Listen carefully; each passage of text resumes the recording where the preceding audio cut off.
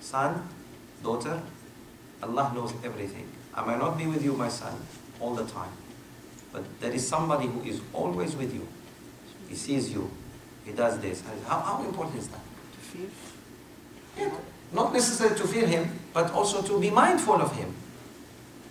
This is something we don't do. When we teach our children, we don't connect them to Allah's knowledge. And that's bad. What did Rasulullah ﷺ say to Abdullah ibn Abbas, may Allah be pleased with them, when he took him for a ride? And he was just a kid. Just a kid. Like those kids, 6, 7 years old.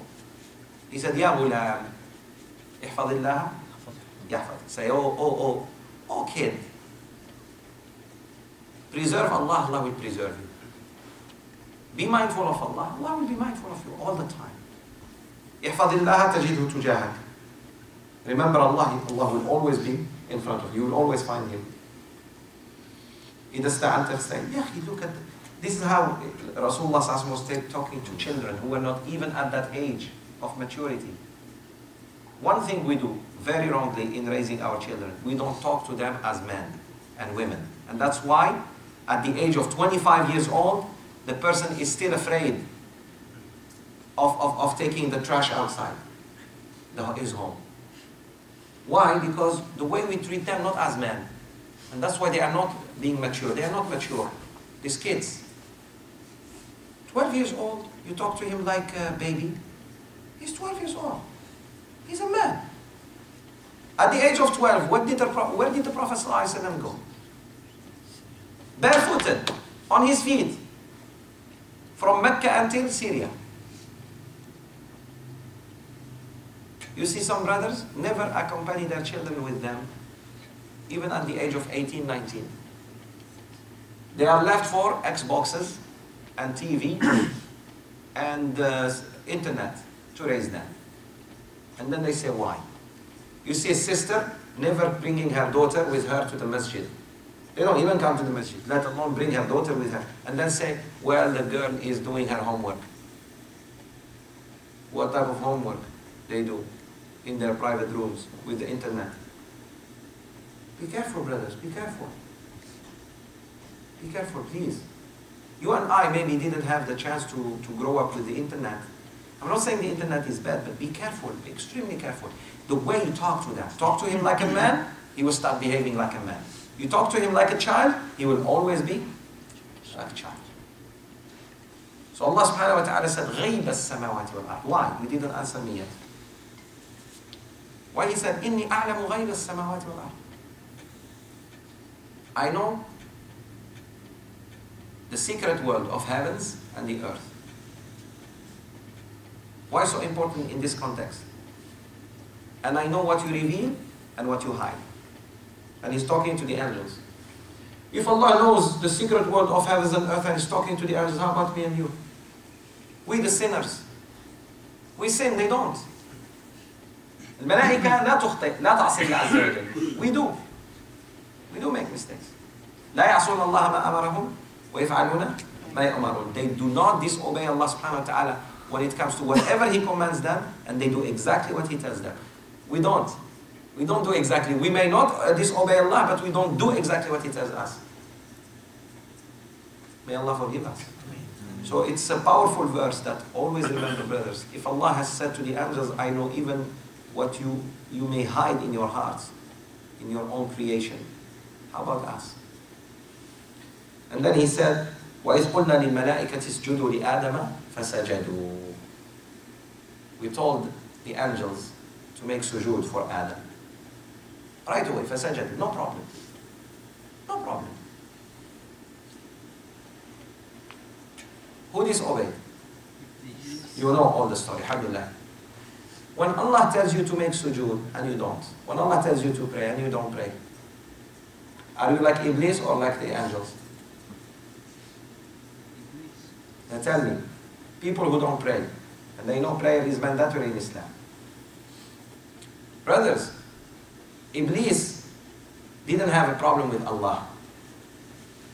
He had a problem with Adam. Okay. Pay attention to this, please. Pay attention to this. Allah subhanahu wa ta'ala, Rabbul Izzah, the Lord of Glory, is telling the angels, bow out of welcome.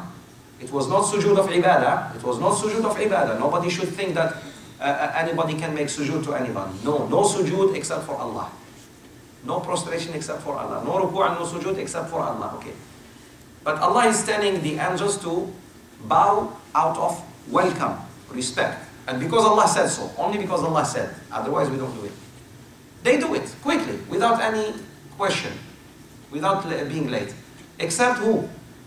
One creation of Allah, that is Iblis. At that moment he was still called Iblis.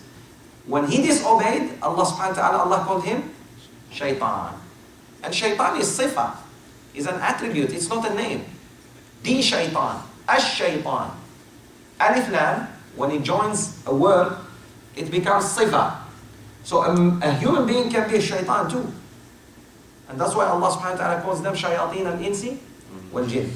The shayateen among the humans and among the ins. There are shayateen among us too. Okay. When a person like you and me, who Allah tells him, worship me, come and worship me, come and do ruku' and sujood, refuses. Is he like the shaitan or is he like the angels? Come on brothers, listen, talk to me. He's like the shaitan, good. When the shaitan refused to make sujood, did he refuse to make sujood to Allah or to a creation of Allah called Adam? Now when you don't pray, you are worse than the shaitan, equal to the shaitan, or less than the shaitan? Worse than the shaitan. Because the shaitan didn't say to Allah, I don't worship you. I have a problem with this guy, this new creation. Please tell these people who don't pray this. Maybe it wakes them up. Tell them, tell them. And if they just understand that if we practice Islamic law when it comes to people who don't pray, they don't deserve even Salat al-Janazah. They don't even deserve Salat al-Janazah. They don't deserve even the burial in Islamic cemetery and Islamic manner. Maybe this wake them up. Because I know some people wake up and say, brother, I may do a lot of bad things in my life, but my last farewell, my departure from this dunya to the hereafter, I want it with some kind of goodness. And that is Salat al-Janazah at least. But tell them that. Tell them, if we practice Islamic law, we are not supposed even to pray on you, Salat al-Janazah. Not even wash your body, not even pray on you, not even bury you in Islamic. Why? تتكبر على الله يا أخي أنت. Why? Why are you arrogant on Allah subhanahu wa ta'ala? The shaitan said, I'm better than him. And he even said, by your glory, فَبِعِزَّتِكَ, by your glory, Allah, I will do this to this person. So the people who don't pray to Allah, especially the Muslims, they are worse than shaitan, brothers. Shaitan never said, I don't bow to you, O Allah, but I don't like him. Jealousy. Please. And then the ayah continues, فَسَجَدُوا إِلَّا إِبْلِيسَ أَبَى. He refused, وَاسْتَكْبَرَ. He had two problems. أَبَى. Who can object Allah's order? Allahu Akbar. وَاسْتَكْبَرَ. Arrogance. Arrogance is a very dangerous disease of the heart that one day, inshallah, we will just highlight, give one lecture or two just about how this disease gets to the heart. You might be a very good person. Iblis was a good creation of God until he saw Adam. One of the worst ways that the shaitan gets you to be arrogant like him is he triggers you to be jealous. And that's why be very careful from jealousy, brothers. What kicked shaitan out of Allah's mercy? Jealousy. What made the first sin on earth, which is killing, the first sin on earth was killing, murder, happen. What made it happen? Jealousy. Qabil got jealous of Habil and he killed him. What made the brothers of Yusuf alayhi salam throw him in the well?